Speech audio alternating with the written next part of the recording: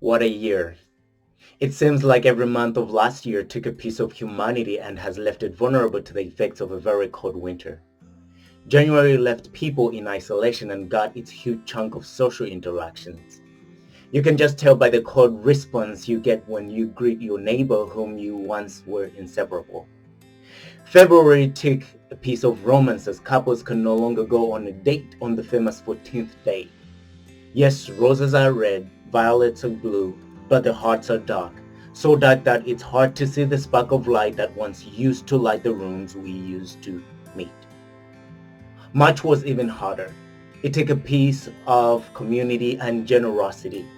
Yet we could meet, but not as we used to. There is power and warmth in community. I come from a place that values members. Numbers of people count as they are needed for the votes. They are also needed in places of worship, let alone sports arenas.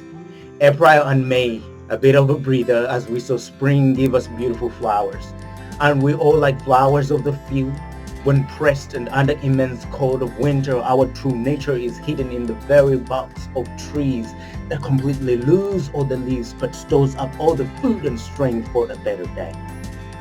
June was marked as a day of summer. That saw the sun get hotter and hotter. It got hot for a reason. It scorched our hands and feet and we could barely touch or move.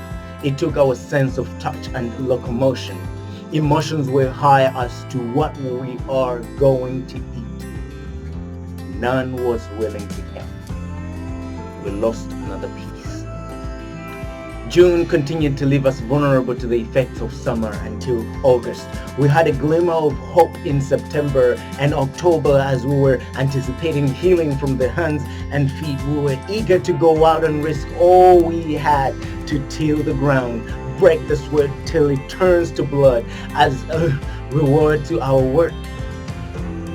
The work of our hands will give testimony of our works, they say. We lost a piece of strength and we tried to make ends meet. November came and all we needed to do was spend, but we had nothing saved. Every penny we gained was from hand to mouth and nothing for the saving box.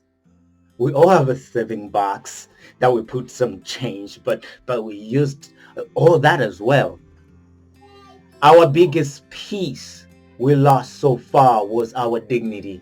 We were ashamed as we watched our silent neighbors spending frantically without acknowledging our broke status. December came. December was my birthday. How could I celebrate it when I lost the last piece I had? I lost peace. She, he, they lost their peace while trying to look richer than they truly are. Peace of mind, the last resource for human intellectual capacity. Once you lose this, you lose the inner being. You lose the inner man who ought to be renewed daily. In December, I lost myself. I lost myself. Thank goodness we have a new year and it seems it has filled us up again with a new vision, a fresh intuition. All the pieces we lost last year have regenerated and we are new men filled with purpose. We have to find ourselves again. We have to get back up again.